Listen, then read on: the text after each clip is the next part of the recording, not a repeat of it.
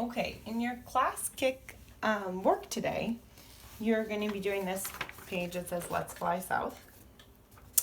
And I'm going to show you one more strategy for subtracting mixed numbers other than adding up. So if the adding up is working for you, you can stick with that. But if you want a challenge, you can try something new.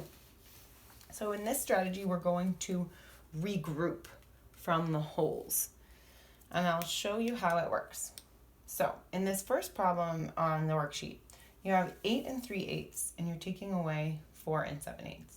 So I'm going to write it horizontally, just so that we can see a little bit about this. So 8 3/8 minus 4 7/8. So just like we were doing before, we're going to make a little estimate. So 8 3/8 is pretty close to 8 1/2. So here's my estimate. And I'm taking away 4 7/8. 4 7/8 is very close to 5. So we'll do 8 1/2 minus 5. And we're left with 3 1/2. We can solve this strategy. We can solve this problem using our adding up strategy just like you've been doing. But we can also line them up the way you would subtract using the standard algorithm with whole numbers. I know that some of you are going to look at this problem and be very tempted to say that 3/8 minus 7/8 is 4/8. But it is not, and it does not work that way. Do not do that. Because the 7/8 is part of the number that we're taking away. So we don't want to switch the order of those two. What you just did is, if you put down 4/8, what you did is you said you took 7/8 and you took 3/8 away. But that 3/8 is really part of what we actually have. So just like we would do if we were looking at whole numbers, so for example, if you had a whole number subtraction problem, like something like 45 minus 19, I would say the same thing. You can't just take 5 away from 9 and get 4. It does not work like that. You have to regroup from the next place value. So we're going to be regrouping, but we're going to be regrouping from our whole number. And that works slightly differently than it does with whole numbers. So I'll show you how. What we're going to do is we're going to take one whole number, one whole away from the 8, so that we're left with 7. So that's just the same as it is in whole number subtraction. But here's what's different. We are not just going to add a 10 here. It doesn't work that way. Because when we take that whole number away, what we're going to do is add 8/8 to the 3/8. That 8/8 is the whole that we just took away. So 3/8 plus 8/8 equals 11/8. And now, just like in my whole number algorithm, I can kind of move this over there to line them up if I want. 11/8 minus 7/8 is 4/8. And then 7 minus 4 is 3. So lo and behold, my answer is 3 4/8, which I could also write that as 3 1/2. That's exactly what my estimate was. So that means that we're in really good shape. So that's great. Just to show you one more thing, if we had not regrouped, let me show you what would have happened. You'd have had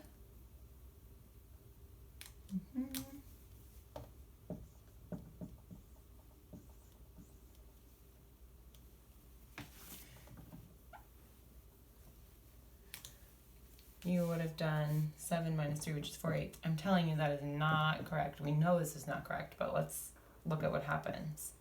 I end up with 4 1/2. 4 1/2 is not the same as 3 1/2. So that would hopefully tip me off that something went wrong with my strategy. And what went wrong is that I tried to take away the 3/8 from the 7/8, even though the 3/8 is what I actually had to start with. So let's look at another example of this. And practice one more.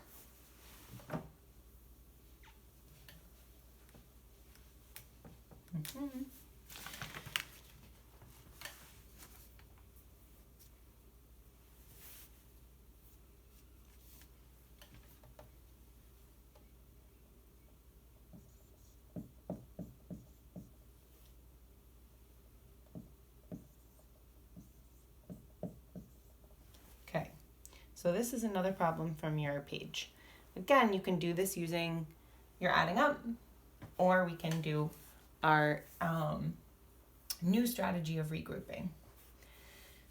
This one is different because the denominators in this problem are not the same. So before we start anything, we need to make common denominators, just like we would with regular old adding and subtracting fractions. So a good common denominator for fifths and fourths would be 20ths, because 5 and 4 both share the multiple 20.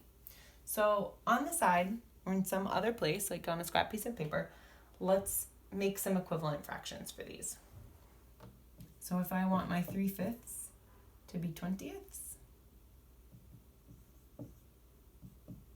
well, 5 times 4 is 20, which means I need to multiply the numerator by 4, which is 12 20ths.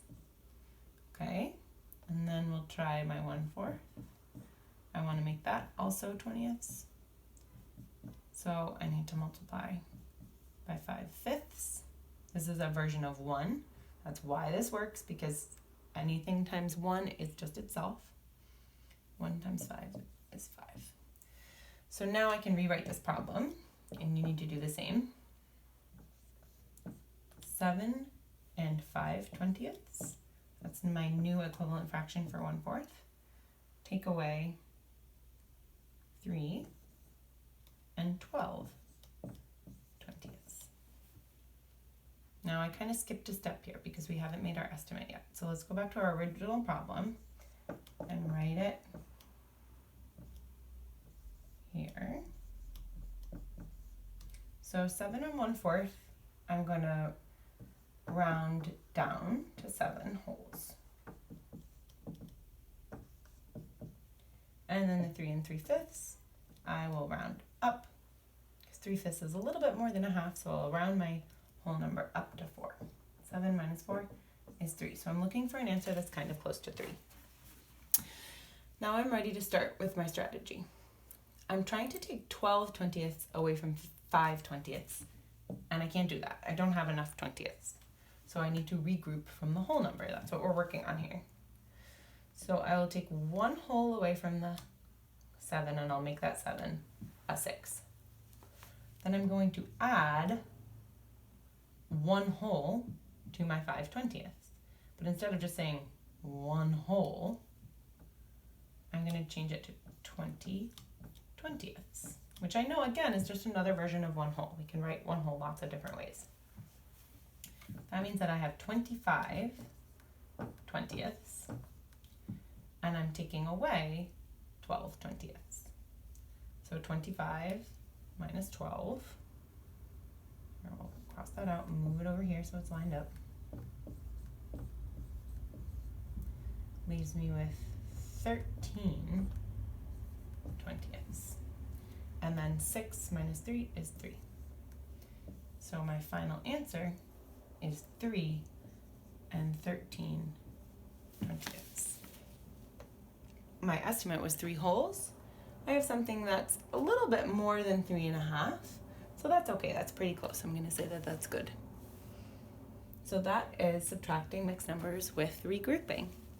If you have confusions about this strategy, message me, email me, or you can always, of course, watch the video again. You can also use adding up if you prefer that strategy.